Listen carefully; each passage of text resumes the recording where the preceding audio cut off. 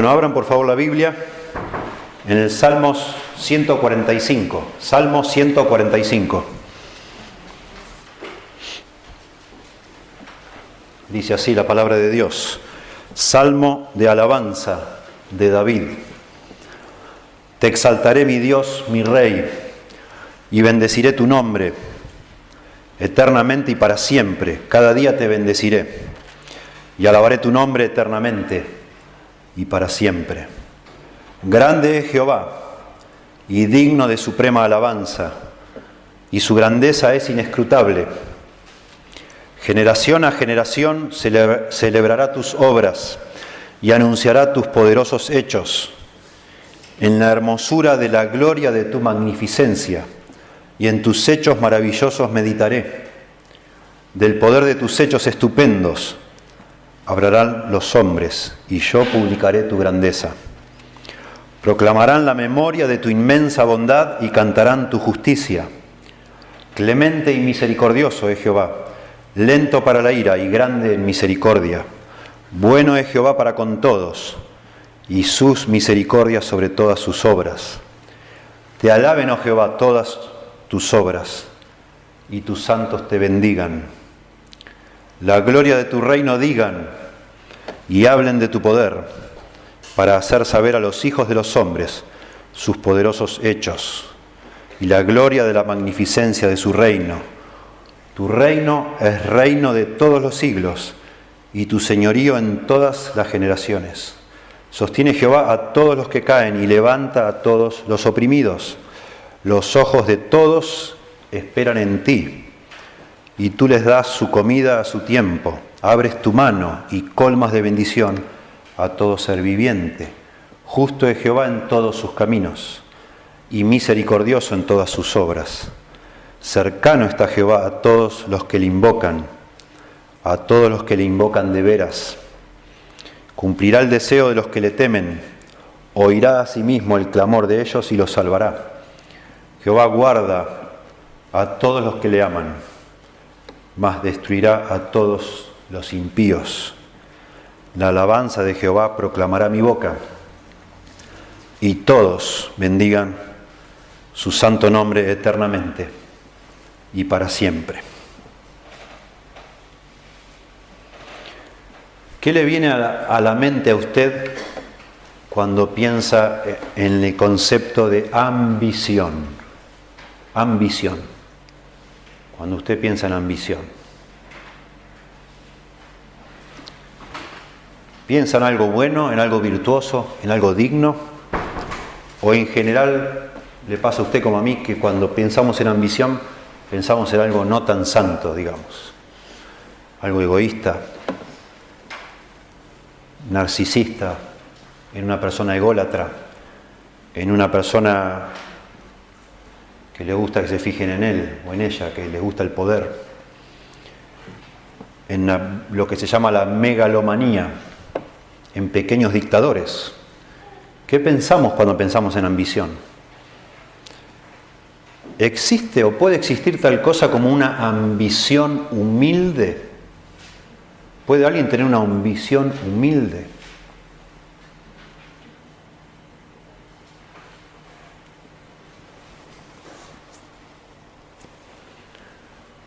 Todos nosotros de alguna forma somos ambiciosos. Algo dentro nuestro nos mueve a hacer lo que hacemos. Y eso es una ambición, un deseo intenso por algo. Podemos decir que es una ambición. Es muy humano eso. Todos de alguna manera tenemos dentro nuestro un deseo intenso por algo. Y la verdad es que desde la caída de Adán y Eva, esos deseos no necesariamente son dignos y virtuosos, nuestros deseos. Tenemos de alguna forma todos, en mayor o menor grado, un deseo de ser vistos, de ser oídos, de que se nos preste atención, que se hable de nosotros, de ser aprobados, de ser respetados. A todos nos gusta, por supuesto, algo así. La gente que estudia las motivaciones humanas, de alguna manera trata de adivinar de que todos nosotros en común tenemos, o en mayor o menor medida, ese deseo de de ser aprobados, de ser aceptados, de que nos quieran. Algunas personas tienen un deseo muy intenso de ser poderosos, de tener dinero, de ser vistos, de tener cierta gloria entre los hombres. Pero de alguna manera o de otra todos nosotros por lo menos deseamos ser amados por alguien. Y eso nos mueve. Cuando pensamos en ambición también podemos pensar, si se quiere, en dos extremos de actitudes. Hay personas que parece que no los mueve nada, que son apáticos, son indiferentes. Parece que esos deseos no los movilizan. No tienen ambiciones, parece, por nada. Parece que su ambición más grande en la vida es estar tranquilos, pasarla bien, que nadie los moleste. Y hay personas que, por otro lado, son del otro extremo. Son personas, parece que son insaciables, que nada los satisface. Siempre quieren más y más y más y más. Son máquinas de hacer cosas y nunca están satisfechos. Parece que nada les alcanza. Bueno, cuando nosotros pensamos en este asunto de la ambición, y por supuesto vamos a la Biblia, nos damos cuenta que Dios nos hizo como somos, más allá de que la caída nos ha afectado, y de alguna manera sería espantoso no tener ambiciones.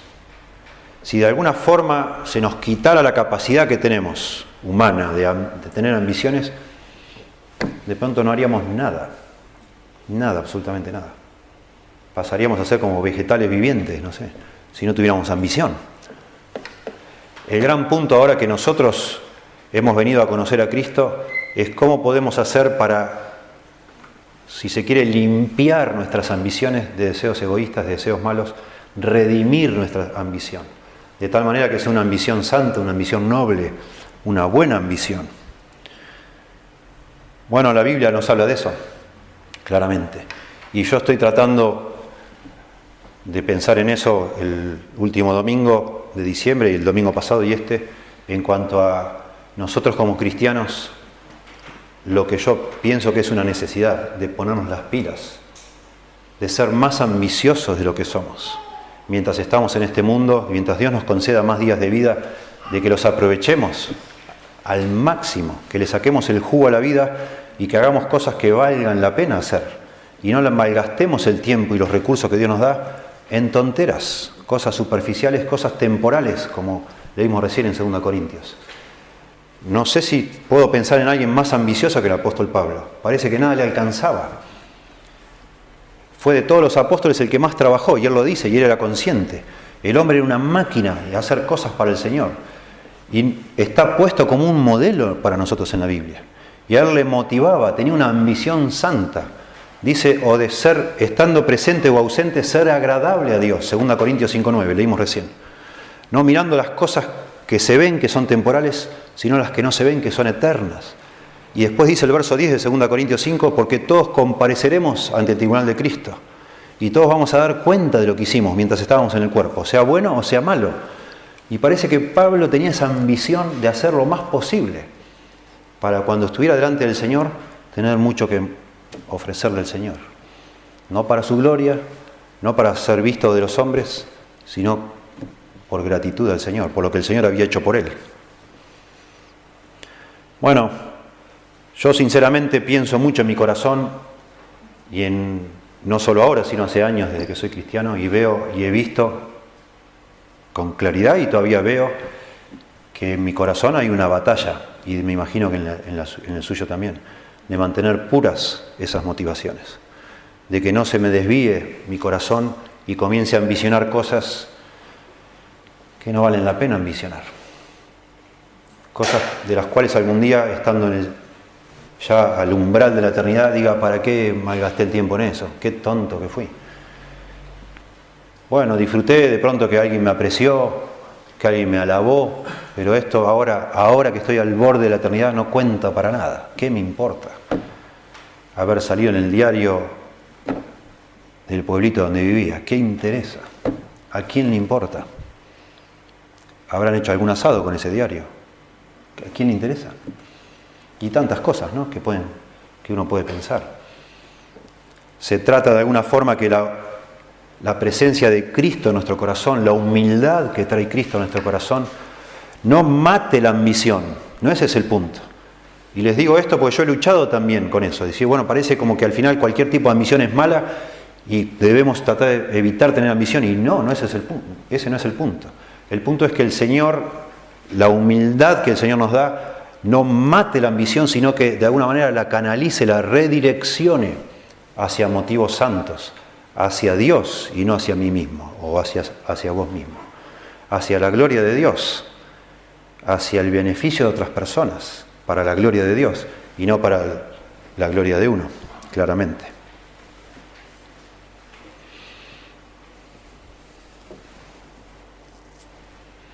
Bueno, somos pecadores todos nosotros, por supuesto, y vamos a seguir siéndolo, y eso significa que cada tanto tenemos que recalcular, como dicen ahora los GPS, y pensar qué estamos haciendo, a dónde ahora nos hemos metido, por qué ahora estamos haciendo lo que hacemos, porque si bien podemos de pronto ahora, a través de una serie de sermones o de pensar en la Biblia, decir, bueno, voy a rumbear mi vida para este lado, pero en cuanto queremos acordar, se cruza algo más interesante y nos vamos para otro lado.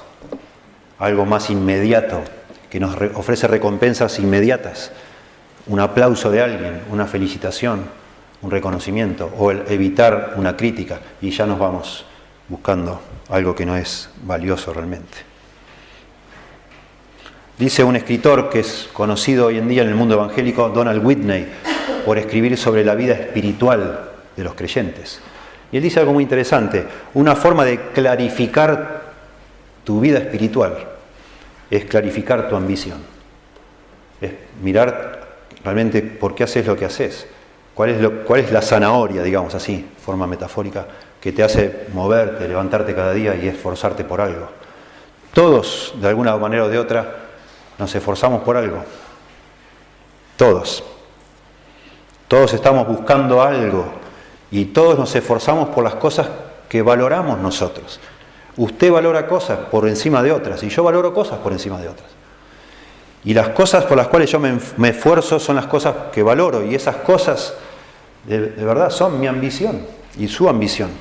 Y no es tan difícil descubrirlo, no hay que ser un experto en el corazón de uno mismo para descubrir qué es lo que yo valoro más. Solamente piense a qué dedica usted su tiempo y su dinero. ¿En qué invierte usted el tiempo? ¿En qué invierto yo mi tiempo y mi dinero? Y eso es lo que yo valoro más, claramente. Eso es lo que yo ambiciono. Se usa una frase en inglés que a mí me gusta mucho, porque es bastante visual. Dice que se usa la palabra cableado. Nuestro cerebro está cableado, como si fuera un circuito eléctrico, para ciertas cosas. Venimos así de fábrica, digamos, es el ADN, nuestra genética. Y alguien dijo, estamos cableados para la gloria. De alguna manera el ser humano busca gloria. Así nos hizo Dios. Buscamos eso. Buscamos algo glorioso, algo asombroso, algo digno, algo valioso. El problema es que hay demasiadas opciones compitiendo. Pero todos queremos que nuestra vida se invierta en algo que valga la pena. Es impresionante, y no busquen porque vamos a explicar el Salmo 145, pero en Juan capítulo 12, que por lo menos se usa 8 veces la palabra gloria o glorificar. Juan capítulo 12. Jesús está hablando, y después que está hablando de que pronto va a ser glorificado Él al morir en la cruz, dice que muchos creyeron en Él. Juan capítulo 12, verso 42 dice que muchos creyeron en Él. Dice, aún de los gobernantes, pero a causa de los fariseos no lo confesaban, para no ser expulsados de la sinagoga. En el contexto donde Juan está hablando un montón sobre la gloria, dice que estas personas, gobernantes, creyeron en Cristo, pero tuvieron miedo de ser expulsados. Entonces no se animaron a confesar a Cristo. Tenían miedo, y nosotros tenemos miedo a veces, miedo de los demás, más que temor en vez de temor de Dios, temor de los demás. Pero agrega Juan, como aclarando por qué tenían miedo.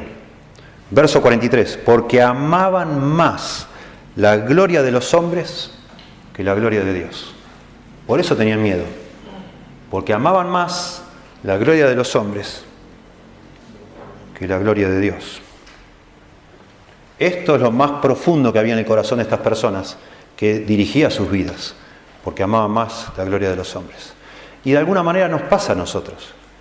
A mí me pasa. Por supuesto que me pasa. A todos nosotros nos pasa. Claramente.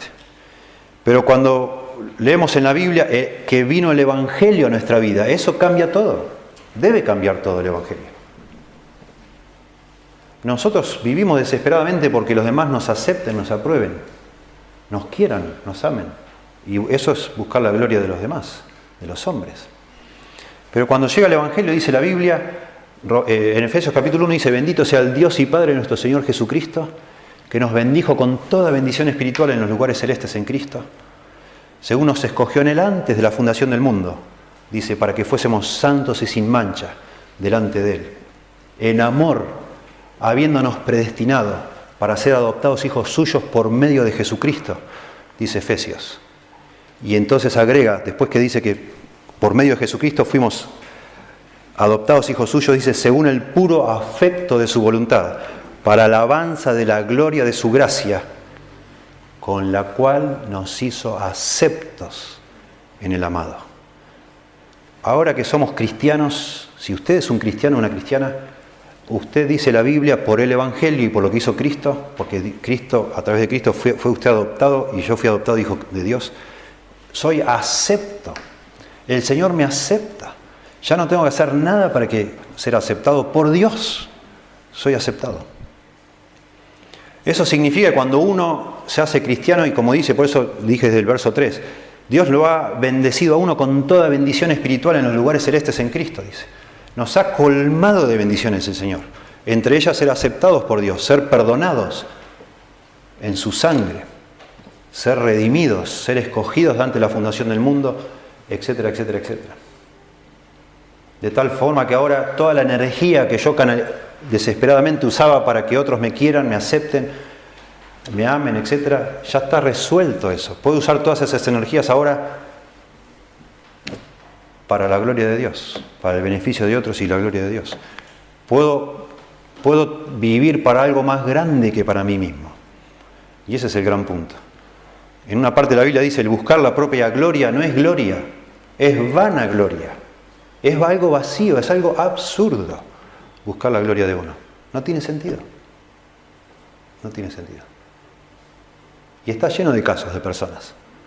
Personas que un día ganaron un Oscar y después, en algún momento, por las vueltas de la vida, lo venden porque no tienen para comer. Cosas así. Gente que ha vendido su medalla olímpica, la ha vendido porque no tenía de qué vivir. Y bueno, ¿qué va a hacer? Y había dedicado gran parte de su vida para ganar esa medallita, para salir en los diarios, para figurar en una lista de récords. Y un buen día se da cuenta que eso es vanagloria.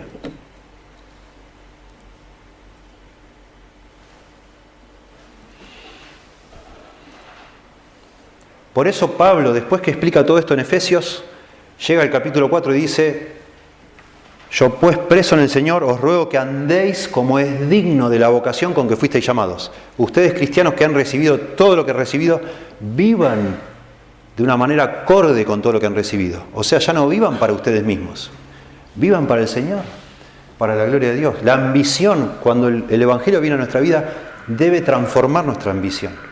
Y ya la ambición nuestra ya no debe ser menudencias humanas, digamos. Cartoneros de gloria somos, no sé. Bichicome dicen en Uruguay, le dicen a las cartoneras. Cirujas. Vamos cirugiando un poquito de aplauso de alguien. Y el apóstol Pablo lo pone en esos términos. Es absurdo, ridículo. Cuando podemos vivir para algo tan glorioso como es las cosas del Señor. Para edificar el reino de Dios, no mi propio reino, mi reinito que para quién importa. Bueno, necesitamos... Y todo esto es una introducción al Salmo 145, y ahora van a ver por qué. Necesitamos nosotros una visión gloriosa, un sueño, tener un sueño que nos motive, que nos ayude a despertarnos cada mañana y hacer más de lo que se requiere, más de lo normal, más de la cuenta, a vivir por encima del nivel de la mediocridad. No ser personas comunes y corrientes. Pero para eso necesitamos algo que nos movilice adentro. Y eso es una visión clara de algo grandioso, algo enorme, algo que sea digno de dejar nuestra vida de nuestro dinero, nuestro tiempo, nuestro esfuerzo, todo. Eso necesitamos. Salmo 145, creo yo, es una joya en la Biblia, porque nos muestra el Salmo 145 qué motivaba, qué era el motor, cuál era la ambición más grande que tenía una de las personas humanamente más exitosas que jamás existió, el rey David. David logró el sumum, llegó a la altura de lo máximo, como un ser humano puede aspirar. Ser rey de Israel en el momento de que Israel llegó a su apogeo más grande. Él fue, sí, alabado por todas las personas de su nación, nos dice la Biblia allá en Samuel. Famoso el hombre por su carácter, por su hombría, por todos sus talentos, por su valentía, etc. Fue un gran rey, el rey más grande que tuvo Israel, sin duda. Todos los demás reyes, cuando usted sigue leyendo en los libros de Reyes y Crónicas, fueron comparados con David. Un gran rey, David. Humanamente tocó el cielo con las manos, digamos. Pero a él, nos muestra el Salmo 145, lo motivaba otra cosa. Tenía una ambición, David, mucho más grande que ser un rey. Y creo que nosotros podemos aprender de eso. Y la ambición que tuvo David, como creyente que es, o que fue, es la ambición que debería tener cada creyente, sin duda. Y creo que el Salmo 145 nos muestra mucho de esa ambición. Yo diría que el Salmo 145 nos enseña que la gloria de Dios y el progreso del reino de Dios, de su reino, el reino de Dios, es la ambición más grande y valiosa a la que un ser humano puede aspirar. La gloria de Dios y su reino, el progreso de su reino, es la ambición más grande a la cual un ser humano puede aspirar. Procurar vivir para la gloria de Dios, para que el reino de Dios progrese, avance, y para que muchas personas sean parte de ese reino. Para eso vivía David, no para su reino, sino para el reino de Dios. Y este es un salmo precioso. ¿Están ahí con el Salmo 145? Es un salmo único. El título del salmo dice, ahí ustedes lo pueden ver, que dice que es un himno de alabanza o salmo de alabanza. Eso es, en el hebreo es único. El único salmo que se titula así, Tehilá, es este salmo. Es algo curioso porque el libro de los salmos en hebreo se llama Tehilim. Y este es el único salmo que se llama Tehilá. El libro de salmos toma nombre de este título. Pero es el único salmo que tiene este título. Salmo de alabanza. Salmo de David. Por supuesto que hay otros salmos de alabanza, pero ninguno, sabemos que son salmos de alabanza porque el tema del salmo es la alabanza.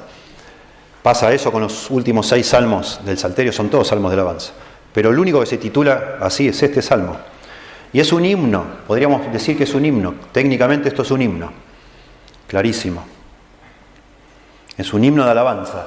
Pero es curioso también porque está lleno de imperativos este himno, de órdenes. Esas órdenes son llamados que hace el salmista David para que otras personas se sumen a él, a adorar a Dios, a alabar a Dios. Por eso hay imperativos. Alterna este himno esos llamados a adorar a Dios con el fundamento, las razones por las cuales Dios debe ser adorado.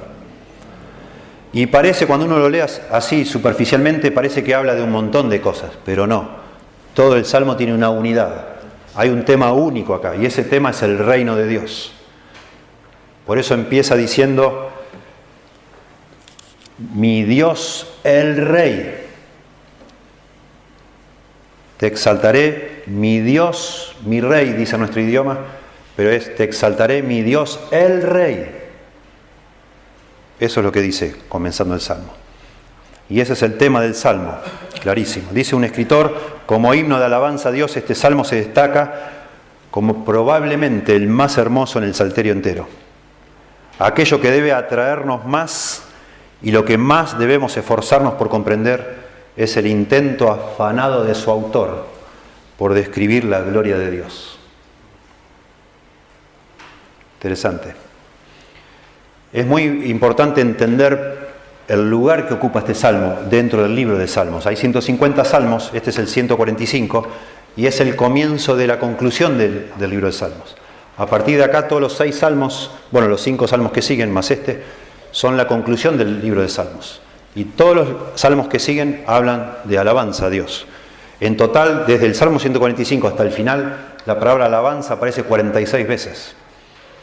Y este es como si fueran, no sé, ustedes saben, las orquestas de las grandes sinfonías, cuando va llegando al final, los compositores por lo general organizaron todas las partituras para que empiecen a sonar los bombos y platillos y todas las trompetas, y empieza como a advertirse que se está llegando al momento cúlmine de la sinfonía. Y esto es lo que comienza a hacer el Salmo 145, de una manera tremenda, exuberante, gloriosa. Mostrar que Dios es digno de alabanza. Y después sigue el resto. Los demás himnos son himnos de alabanza, pero ninguno es tan exuberante y asombroso como es este. Este marca el tono de lo que sigue. Asombroso, precioso. Los judíos fueron impactados por este salmo, muy impactados. De tal manera que ellos decían, los judíos, que una persona debía recitar este salmo 3 veces al día. Y así lo hacían los judíos religiosos. Recitaban el Salmo 145 3 veces al día. 2 veces a la mañana y 1 a la tarde. Y ellos creían que una persona que cada día sin fallar recitaba supersticiosamente, ¿no?, este salmo 3 veces al día, se aseguraba un lugar en el reino futuro de Dios. ¿Por qué eligieron este y no otro? Porque este salmo sobresale por la majestad, por las cosas que dice y cómo las dice, claramente. El salmo en el idioma original es un acróstico, es un asunto técnico, pero que es interesante. Significa que cada versículo, cada frase, cada estrofa, comienza con una letra del alfabeto hebreo, en el orden que está en el alfabeto, ¿sí? Desde la A a la Z, digamos así. En el hebreo es Aleph hasta el Tao, de Aleph a Tao. Cada versículo empieza con una letra hebrea, y por alguna razón que no nos podemos explicar, falta una letra, la letra Nun, la N nuestra sería, falta. No sabemos qué pasó. Se le pifió una letra a David, no sabemos. Pero es muy interesante cuando uno se pregunta, ¿y por qué usan esta forma de acróstico? Bueno, en algunos salmos se usa esto para que sea fácil de memorizar. A lo mejor David quería que se memorice. Bueno, la explicación puede ser otra. Puede ser que David está expresando, y eso a veces se quería expresar organizando así las cosas, que no le alcanzaba el abecedario, el alfabeto para describir a Dios. No alcanza. Y al hacer como desde la A a la Z es como que está diciendo, si usara todas las palabras, no las puede usar. Nadie puede usar todas las palabras que existen para describir a Dios. Pero entonces de una manera simbólica uso de la A a la Z como diciendo, Dios, aún si usara todas las palabras no puedo describir lo que es Dios. Se me escapa, es enorme, es grandioso, tremendo. Eso es lo que puede ser. Precioso. Y eso es lo que parece, porque si usted mira el contenido del Salmo, es como que David se queda corto, como que se tropieza con las palabras y empieza a juntar adjetivos y descripciones asombrosas de Dios y no le alcanza. Eso es lo que parece. Ahora lo vamos a ver. También, si usted observa bien, el Salmo demuestra una cierta progresión. Note usted que comienza el Salmo diciendo, versículo 1, te exaltaré mi Dios, mi Rey, y bendeciré tu nombre. Eternamente y para siempre, cada día te bendeciré. Y noten cómo termina el Salmo, al final de todo, verso 21. La alabanza de Jehová proclamará mi boca, David, otra vez, pero termina diciendo, y todos bendigan tu santo nombre, eternamente y para siempre. La misma frase, eternamente y para siempre, relacionado con el nombre de Dios. Empieza diciendo que David quiere bendecir el nombre de Dios eternamente y para siempre, y termina el Salmo diciendo que todas las personas bendigan a Dios eternamente y para siempre. Todos, toda carne en el original. Empieza con David solito y termina invitando a todos los seres humanos a que hagan lo mismo que David, como una progresión. ¿Sí? El tema del Salmo, como dije, está en la primera línea. Te exaltaré mi Dios, el Rey, dice el original. El Rey. Interesante porque David era el Rey, pero David reconoce que en realidad encima de él hay otro Rey, que es Dios. Te exaltaré mi Dios, el Rey. Hay otros salmos, varios salmos que dicen mi Dios, mi Rey, mi Dios, mi Rey, mi Dios, mi Rey, escritos por David también. Salmo 5, verso 2 dice mi Dios, mi Rey. Salmo 84, verso 3, mi Dios, mi Rey. Pero solamente aquí en todo el libro de Salmos dice mi Dios, el Rey, el Rey. Y ese es el tema del Salmo. El tema del Salmo es que Dios es el Rey, es el reino de Dios, es el reino de Dios. Ustedes notarán, si lo hicimos el miércoles pasado acá, usando proyectando una imagen en la pared y viendo el texto de este salmo, estuvimos analizando el miércoles todos juntos los que estábamos. Ustedes notarán, si empiezan a mirar palabras que se repiten, como que hay segmentos que tratan de ciertas cosas. Por ejemplo, fíjense ustedes, verso 3 dice, grande es Jehová y digno de suprema alabanza y su grandeza es inescrutable. Y empieza a hablar de la grandeza de Dios. Verso 4, generación a generación celebrará tus obras y anunciará tus poderosos hechos. Verso 5, en la hermosura de la gloria de tu magnificencia y en tus hechos maravillosos meditaré, del poder de tus hechos estupendos hablarán los hombres y yo publicaré tu grandeza. Noten, grandeza, grandeza, grandeza, poder, magnificencia, estupendo, etc. Toda esta parte del verso 3 al 6 habla de la grandeza de Dios, del poder de Dios. Pero cuando comienza el verso 7 empieza a hablar de la misericordia de Dios y su bondad. Noten, proclamarán la memoria de tu inmensa bondad, cantarán tu justicia, clemente y misericordioso Jehová, lento para la ira y grande misericordia, bueno, verso 9, es Jehová para con todos y sus misericordias sobre todas sus obras. Y ahí habla todo el tiempo de la misericordia de Dios. Y al verso 11 empieza a hablar del reino. Noten ustedes, verso 11, la gloria de tu reino digan y hablen de tu poder otra vez. Verso 12, en la final, la gloria de la magnificencia de su reino. Verso 13, tu reino es reino de todos los siglos y tu señorío en todas las generaciones. Y ahí concentra de nuevo todo el tema en el reino de Dios, el señorío de Dios. Y de nuevo pasa, después a partir del verso 14 hasta el verso 20, a hablar de la providencia de Dios, cómo Dios es bueno y cómo Dios cuida de toda su creación. Es notable eso. Por eso decíamos, este salmo es un llamado a que las personas adoren a Dios y también explica las razones por las cuales adorarlo. Y pareciera que da 4 razones.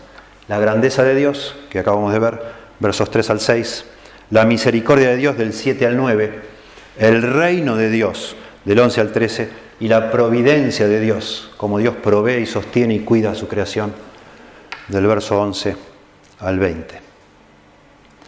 Sin embargo, cuando empezamos a investigar lo que significaba para los antiguos el concepto de un reino, un rey, sea humano o sea divino, sea Dios o sea un hombre, lo que les importaba a ellos de un rey era 2 cosas.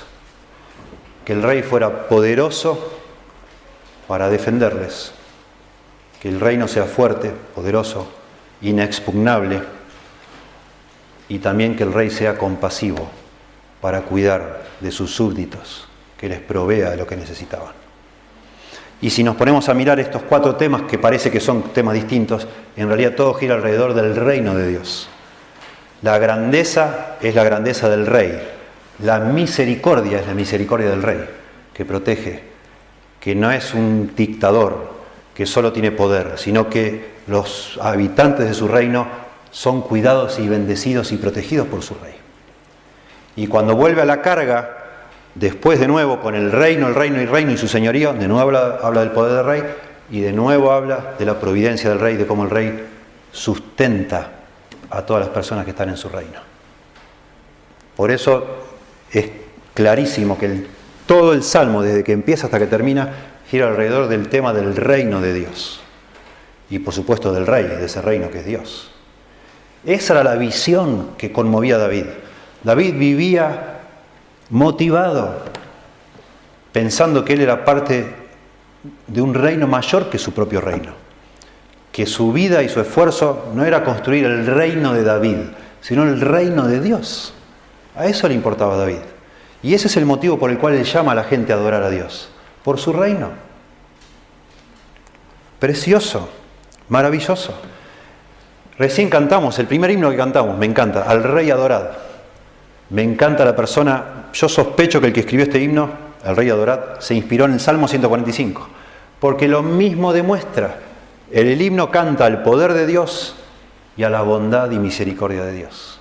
Lo mismo que este Salmo. Al Rey adorad, grandioso Señor, la grandeza de Dios. Y con gratitud cantad de su amor. La grandeza, el amor. Anciano de días, el gran defensor, poder otra vez. De gloria vestido le damos loor. Decid de su amor, su gracia cantad, vestido de luz y de majestad. Noten, va alternando gracia y poder, dignidad y amor, etc. Su carro de fuego en las nubes mirad, poder. Son negras sus huellas en la tempestad. ¿Quién puede tu providencia contar? Dice el himno. Providencia, lo que habla acá. Pues tu aire me das para respirar. En valles y en montes alumbra tu luz y con gran dulzura me cuida Jesús. Muy frágiles son los hombres aquí, lo mismo habla este Salmo, verso 14. Mas por tu bondad confiamos en ti. Tu misericordia, cuán firme, cuán fiel. Creador, Salvador y amigo es Él. Hermoso himno, hermoso, hermoso. Maravilloso. Bueno, déjenme, estoy dentro de mi plan, no voy a meterme demasiado en los detalles del Salmo, solo quiero mostrarles el plan del Salmo y mostrar, vamos a llevándolo con suspenso, mostrar cómo realmente este Salmo muestra la motivación de David, y David fue, así como Pablo, excelente, más allá de sus miserias humanas que lamentablemente conocemos, pero más allá de eso el hombre vivió para la gloria de Dios y dejó una marca. Ese hombre no vivió en vano, no pasó por este mundo desapercibido David, ni Pablo, ni ninguna persona que viva pensando en la gloria de Dios y en el avance del reino de Dios va a pasar desapercibida. Cuenta nuestra vida, dice 1 Corintios 15, 58, que todo lo que hagamos en el Señor, para el Señor, no es en vano, cuenta. Y esa es la verdadera gloria. Miren, déjenme meter este salmo dentro del contexto de todo el libro de Salmos. Hasta hace poco se creía que el libro de Salmos era una colección relativamente caprichosa de salmos, sin un orden, sin un plan específico. Hasta que un hombre, lamentablemente murió, Wilson de apellido, murió en el año 1984, si mal no recuerdo, de cáncer. Hasta que este hombre, investigando, propuso que hay un plan detrás del libro de Salmos. Hay un plan muy bien elaborado. Todo el libro de Salmos, los 150 salmos, están todos coleccionados y ordenados alrededor del reino de Dios. Ese es el plan de los salmos.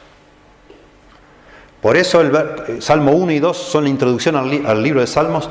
El Salmo 1 habla de los justos y los malvados, y el Salmo 2 habla del Rey, de Cristo como el Rey. Véalo después en su casa, pero es la introducción al libro de Salmos. El Rey justo, el único que cumple el Salmo 1 fue Jesucristo, y Cristo claramente es el Salmo 2, que se aplica después en el Nuevo Testamento todo el tiempo a la persona de Cristo. Después el libro de Salmos, después que está la introducción, se divide en 5 libros. La colección de 150 salmos está dividida en 5 libros. Del libro 1 son todos salmos que hablan del pacto davídico, el pacto que hizo Dios con David para nombrarle a él rey sobre esta tierra. El libro 2, Salmos 42 al 72, hablan de la continuidad del pacto davídico. El libro 3 de Salmos, de 73 al 89, la esperanza y fracaso de la dinastía davídica. Al morir David, le sigue Salomón y después Roboam, y ya es un desastre. Y toda la esperanza puesta de Israel en los descendientes de David, en la dinastía de David, fracasó, fue un desastre. Decepcionó a todos, no funcionó. Y eso habla el libro de Salmos. El libro 4 del libro de Salmos, Salmos 90 hasta el 106, empieza a hablar de Dios como rey. Ya no David, ya no los descendientes de David, sino Dios es el rey. Dios es el rey. El verdadero rey de Israel es Dios.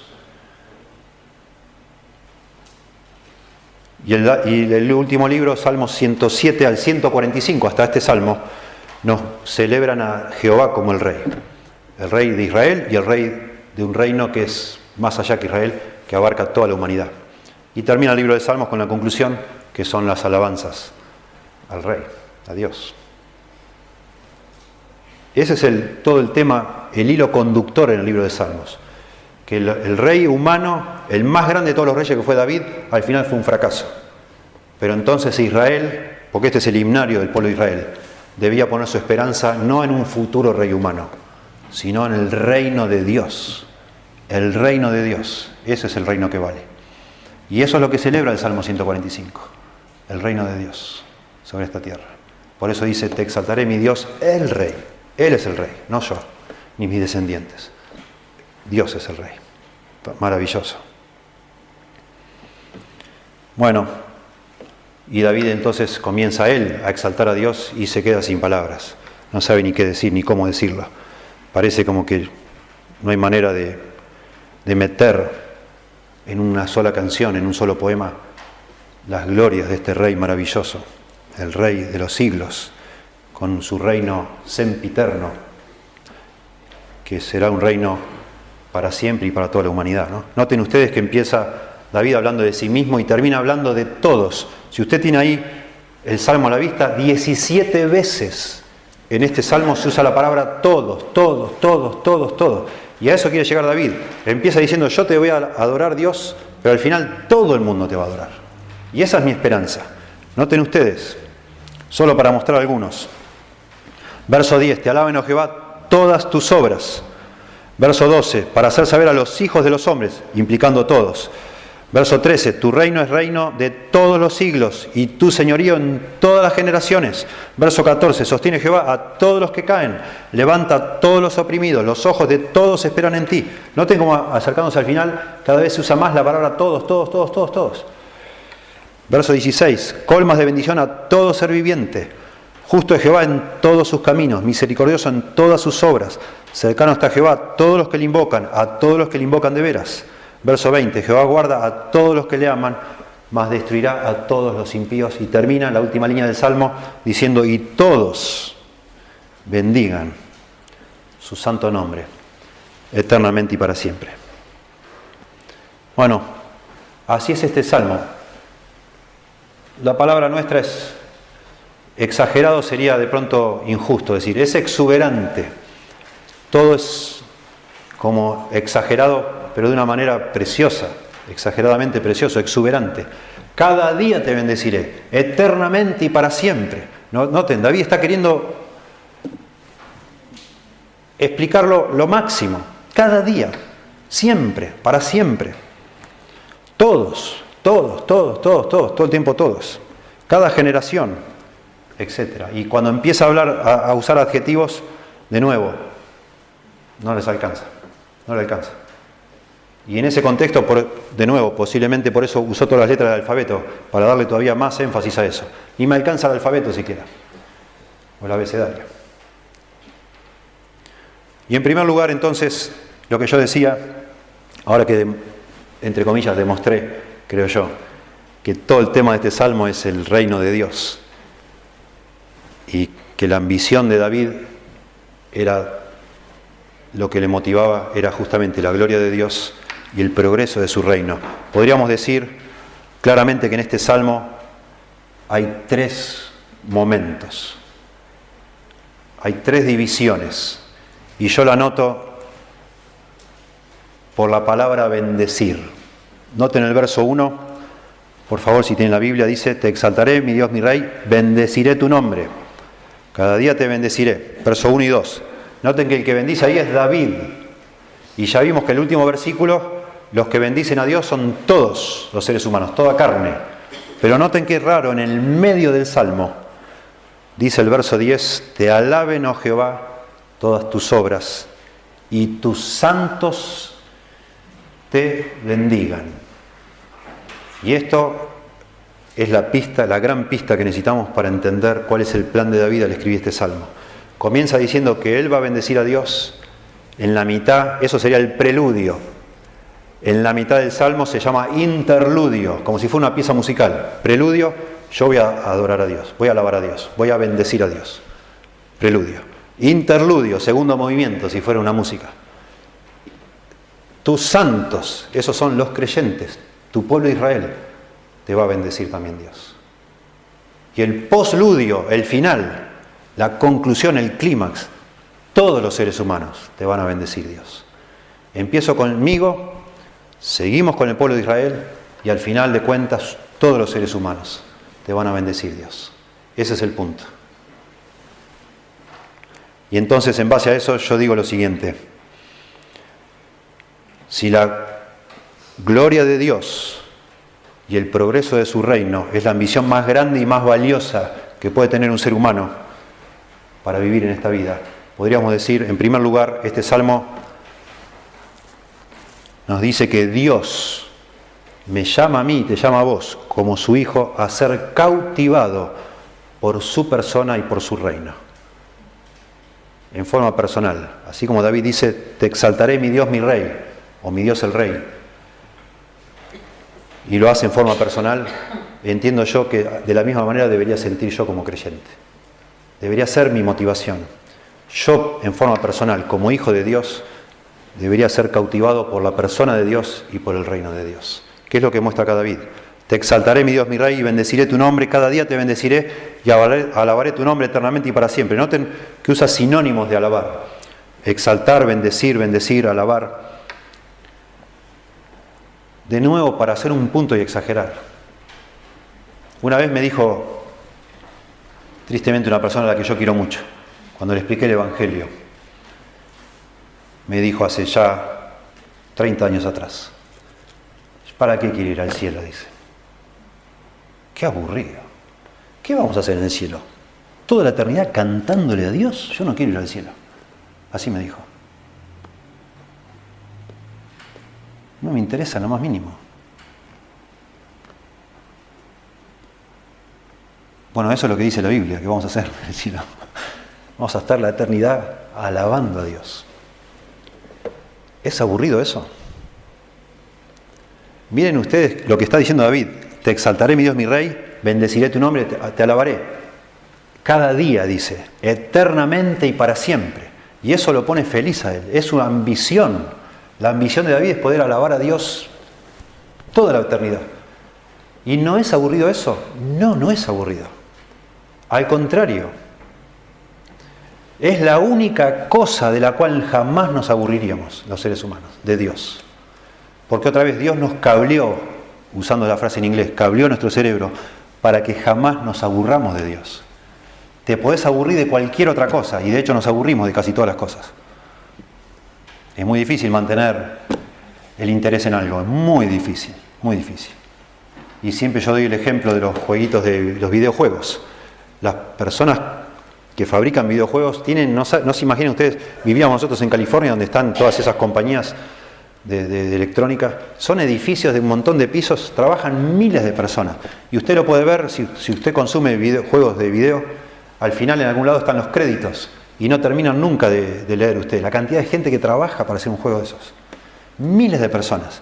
Uno con el colorcito, otro con el diseño, otro con la animación, otro... Todo para poder sorprender a un muchacho, a un adolescente, durante 6 meses. Y los mejores juegos, y ellos estudian o califican a los juegos, los califican de acuerdo a la capacidad que tienen de no aburrir a una persona, de mantener el interés durante más meses. Una persona que es capaz de estar, no sé, 6 meses jugando al juego sin dejarlo, sin aburrirse, bueno, es un juegazo. La verdad que hay adolescentes que a veces se lo compran, gastan $60 porque eso es lo que sale, y están 3 días sin comer y sin dormir, jugando al juego, hasta que lo acaban, y ya no les interesa más, porque ya llegaron al final. Pero supongamos una persona 6 meses, máximo 6 meses, máximo, una exageración, un pibe está 6 meses y ya está, y ya se aburrió.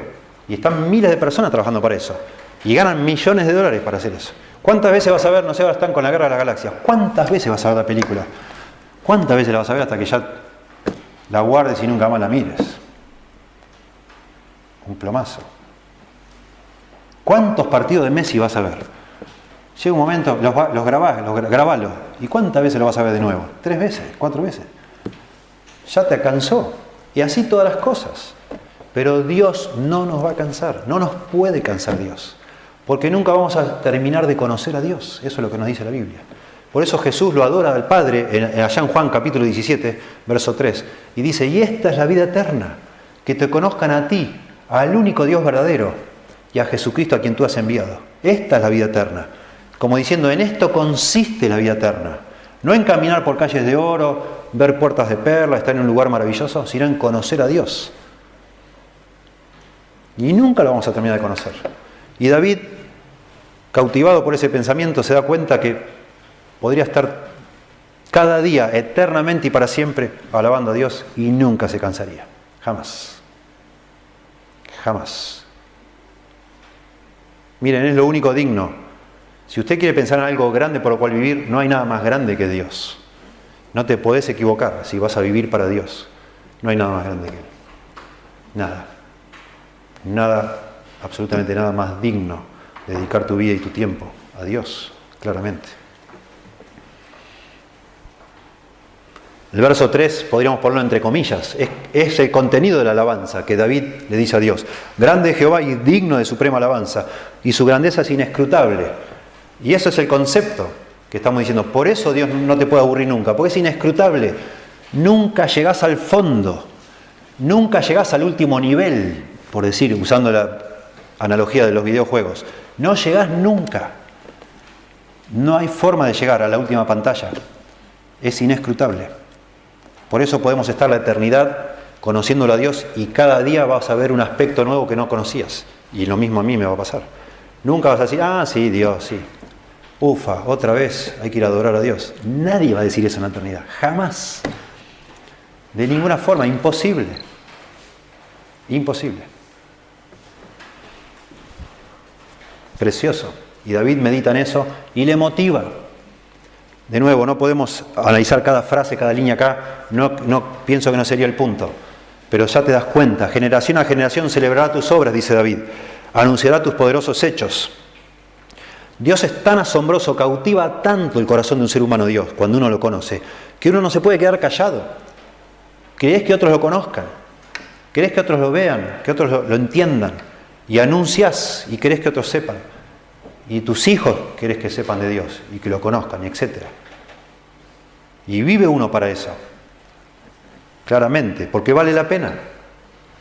Porque es glorioso.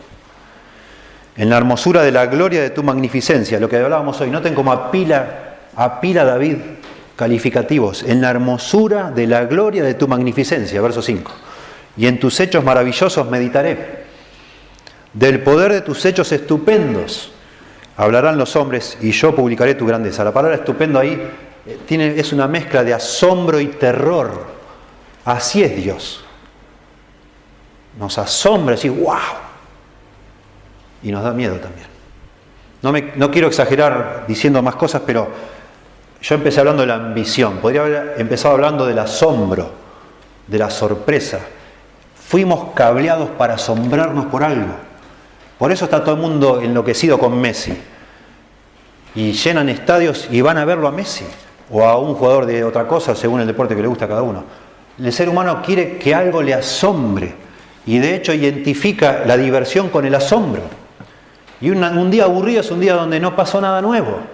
Y queremos que algo nos asombre. Y siempre algo queremos que nos asombre, nos asombre, nos asombre. Bueno, lamentablemente, por eso es que los creyentes, creo yo, y por eso estoy hablando de esto, nos falta pasión para servir a Dios, porque no nos asombra Dios. Nos tendríamos que asombrar más con Dios y menos con Messi o con lo que sea. Dios nos tendría que asombrar. Los hechos estupendos de Dios, y eso haría que nuestro corazón se vaya prendido tras eso y viviríamos por eso, claramente.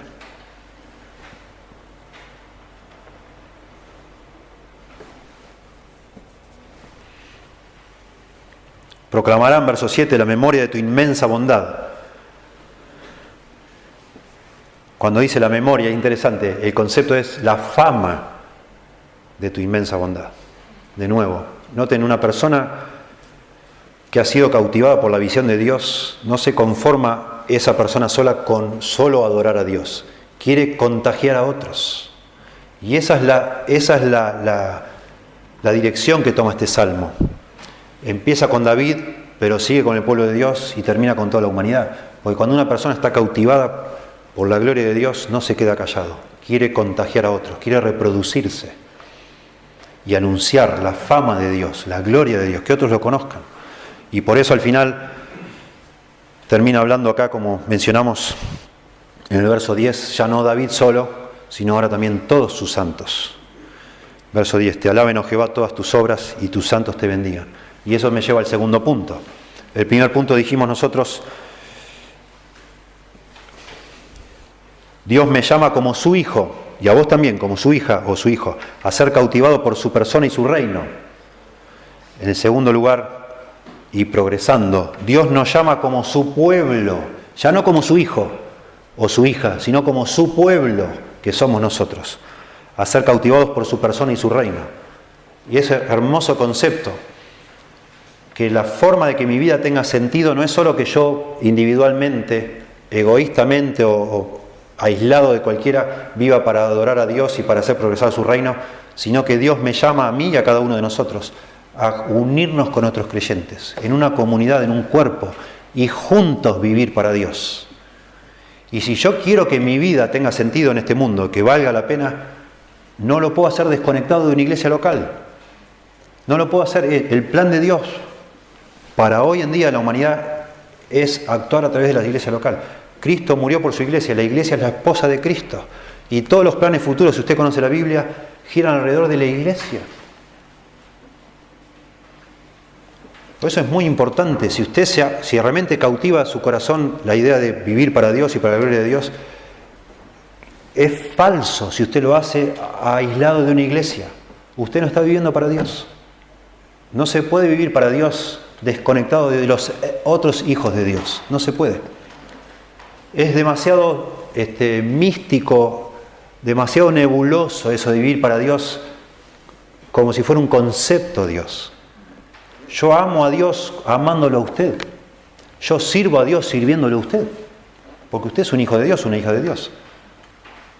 Si yo digo que mi vida, la meta de mi vida, mi ambición es la gloria de Dios, no lo puedo hacer si no le hago algo por usted. Si no le sirvo de alguna manera, no le edifico a usted de alguna forma.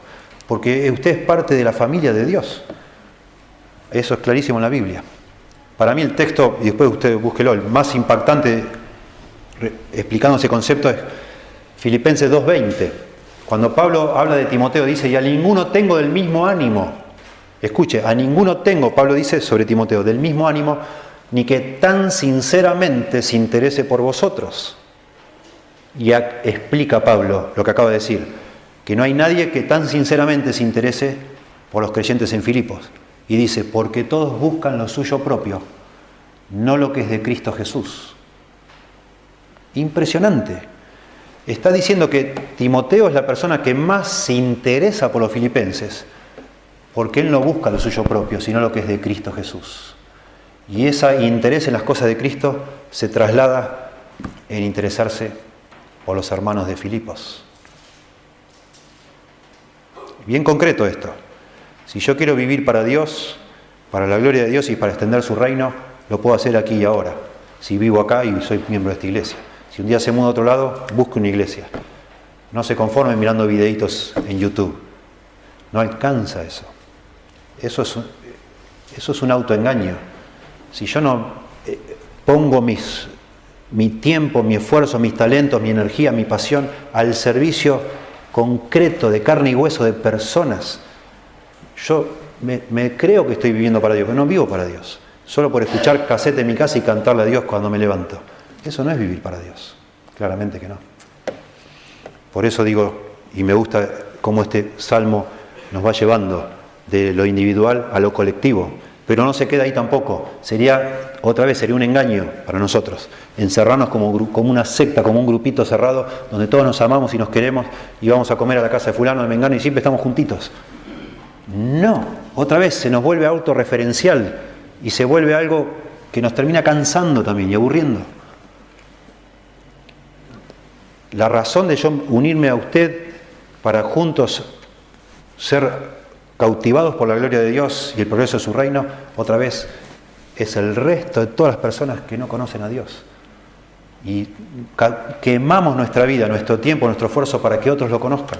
Y eso es lo que sigue diciendo este salmo, donde empieza ahora a todo, y empieza a pensar en todos, ya no en Israel solo, no en David solo, no en Israel solo, sino en todos los seres humanos. Y entonces el tercer punto, digo así yo medio largo, pero resume lo que venimos diciendo. Dios me llama y te llama a vos, individualmente, como su hijo o su hija, y corporativamente como su pueblo, cautivados por su persona, trabajar para el progreso de su reino en esta tierra. Y empieza entonces, a partir del verso 12 hasta el final, para hacer saber a los hijos de los hombres, noten, a todos, sus poderosos hechos y la gloria de la magnificencia de su reino. Tu reino es reino de todos los siglos y tu señorío en todas las generaciones. Y empieza a hablar ahora de la misericordia de Dios relacionado con lo que se llama la gracia común. Antes hablaba más relacionado con la salvación, cuando hablaba de la misericordia de Dios en los versículos anteriores. Versículos 7, 8 y 9 estaba hablando de la salvación. Dios tiene misericordia en el sentido de perdonarnos los pecados, y citaba ahí a Éxodo 34, 6. Ahora empieza a hablar, como está hablando de toda la humanidad. La verdad es que Dios no es el salvador de toda la humanidad, no lo es, pero sí es el proveedor de todos los seres humanos. Dios hace salir el sol sobre justos e injustos. Dios le da de comer a cada ser humano. Él atiende a cada persona, a nadie deja desamparado Dios. Y eso es lo que empieza a decir acá ahora para hablar de las dimensiones universales del reino de Dios. Por eso dice, verso 14, sostiene Jehová a todos los que caen y levanta a todos los oprimidos, a todos, no a algunos, a todos. Los ojos de todos esperan en ti y tú les das su comida a su tiempo, abres tu mano y colmas de bendición a todo ser viviente. Noten el énfasis, cada ser humano en esta tierra. Justo es Jehová en todos sus caminos y misericordioso en todas sus obras. Cercano está Jehová a todos los que le invocan, a los que le invocan de veras. Acá empieza a hacer una distinción. Si bien Dios alimenta a cada ser humano, lo sostiene, le da aire para respirar, etc., Dios se relaciona de una manera personal solamente con las personas que lo invocan sinceramente. Eso es lo que quiere decir de veras. No todos los seres humanos buscan a Dios, ni le agradecen nada a Dios. Está lleno de gente que dice, a mí nadie me regaló nada, cuando la Biblia dice claramente que todo le regaló Dios.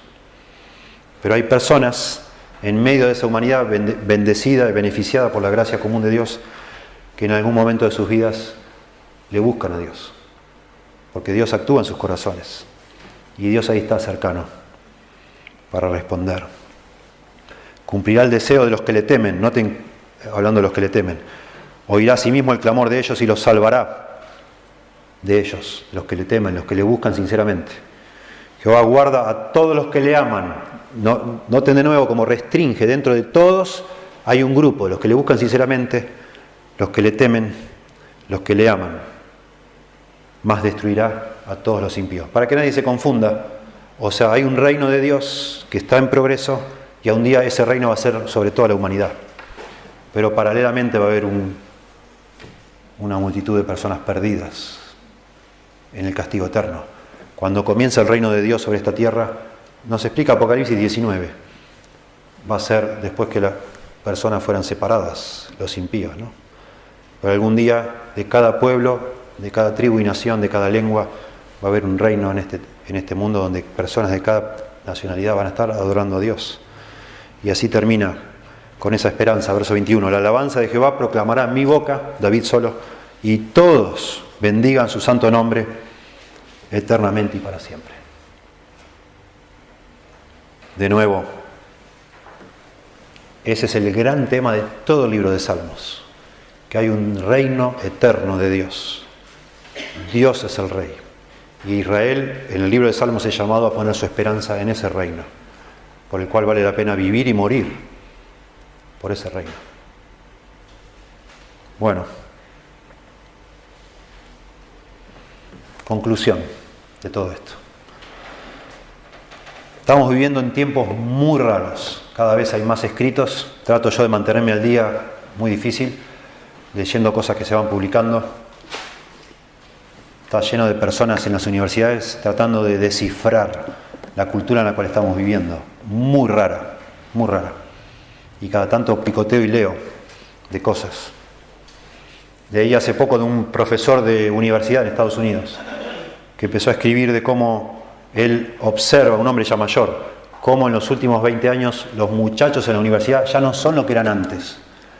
Antes los chicos de primer año se involucraban en el centro de estudiantes y tenían proyectos y querían organizar cosas en las vacaciones, se juntaban con otros alumnos y salían a ver si ayudaban a algún grupo de gente pobre o hacían esto o hacían lo otro, hacían proyectos, se involucraban en una causa. Ya no, ya no. No les interesa nada. Algo ha pasado. Cada vez hay personas menos ambiciosas. Los hombres y mujeres, cada vez es más difícil movilizarlos para algo que no sea sus propios intereses. Egoístas. Su deseo de diversión, de entretenimiento, de satisfacción. Cada vez es más difícil. Una generación de hombres y mujeres jóvenes que no tienen grandes aspiraciones, no tienen grandes metas en la vida, nada. No hay una visión de lo trascendente. Parece que los engranajes de la ambición se han detenido. Dice un escritor, vivimos en un mundo sin héroes. Muy interesante la descripción, un mundo sin héroes.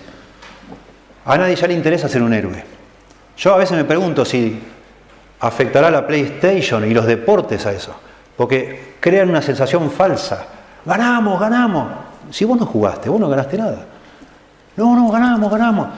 Si vos estás mirando la televisión, vos no ganaste nada.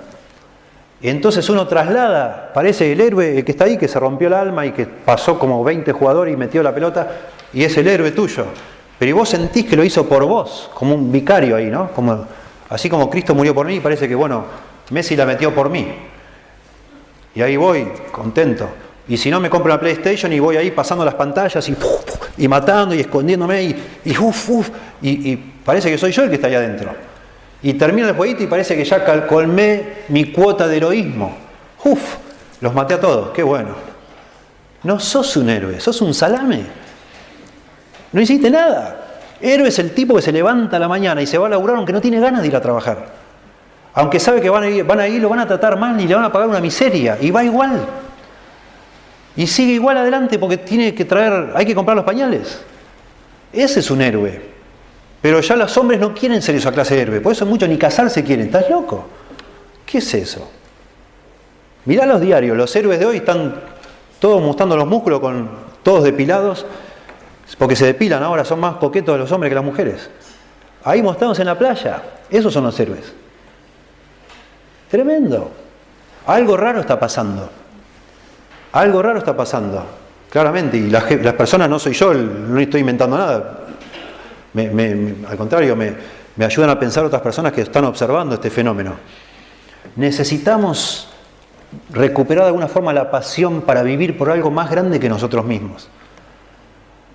Que nos despertemos y valga la pena aún ser humillado si te toca ser humillado, ganar una miseria si te toca eso, esforzarte a hacer algo que no te gusta hacer, hacerlo igual, porque esta vida no es la única que vivimos. Hay otra después de esta. Y lo que haces en esta vida cuenta para la otra. Y eso debe ser una motivación enorme para nosotros. Para hacer algo más allá de lo normal, más allá de lo que se espera.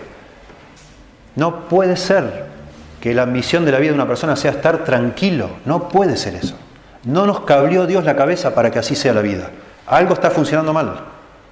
Estamos de alguna manera estupidizados por la cultura o algo nos está afectando para no actuar como Dios nos hizo que seamos. Y de alguna forma vamos a canalizar ese deseo por algo asombroso en otra cosa que no sea tan asombrosa como Dios. Nos vamos a ir por otro lado, seguramente. Y la ambición en otra cosa la vamos a poner, pero no va a ser algo que valga la pena. Bueno.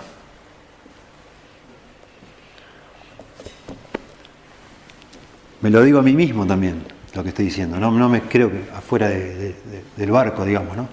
Es una lucha diaria. Y de pronto a veces tenemos viento de cola, digamos así, que nos lleva. Y a veces no, a veces te levantás y tenés que orar. Señor, por favor, ayúdame, Señor. Ayúdame, por favor, Señor. Y te vas levantando ahí. Y hasta que llegás al baño y te lavas la cara y seguís, Señor, por favor, dame fuerza, Señor, dame fuerza, por favor. No quiero ir. Yo no quiero, me aburre esto. Pienso ahora, digo la palabra aburre, pienso en las muchachas, las chicas. Oh, la escuela, no, otra vez no. Es un plomo. Orá a Dios y a darle para adelante. Hacelo. No abandones, no dejes. No te rindas, no renuncies. Seguí adelante, hacelo. Pero hacelo pensando en el Señor, en algo más grande que vos. Vale la pena. Serví a Dios, vivamos para Dios, para la gloria de Dios y el progreso de su reino. Vale la pena. Parece mentira, pero usted, así como se ve a usted mismo, que no hizo nada nunca demasiado valioso en la vida, usted y yo podemos contribuir al progreso del reino más glorioso que jamás va a haber, que es el reino de Dios. Somos parte de ese reino. Eso es tremendo. Señor, te pedimos tu ayuda para motivarnos, por favor, Dios, para vivir de una manera realmente única, Señor, diferente. Que nuestra vida cuente, que valga la pena. Por favor, ayúdanos, Señor, a despertarnos cada día y por fe andar, no por vista, como dice Pablo allá en 2 Corintios, teniendo nuestra mirada puesta en el galardón, teniendo nuestra mirada puesta en las cosas que no se ven, que son eternas, no buscando el aplauso, la gloria de los hombres, que es vanagloria, sino tu gloria, Señor. Que nos des ambición, una ambición santa, que por favor nos sacudas de tanto egoísmo, que en definitiva también nos deja vacíos, hartos, aburridos de la vida, Señor, buscando a veces, comprando cosas que no necesitamos, haciendo cosas que ya ni sabemos por qué las hacemos, solo para buscar un estímulo que rompa el aburrimiento de todos los días haciendo lo mismo, Señor. Por favor, que sea el estímulo sea vivir para ti, Señor.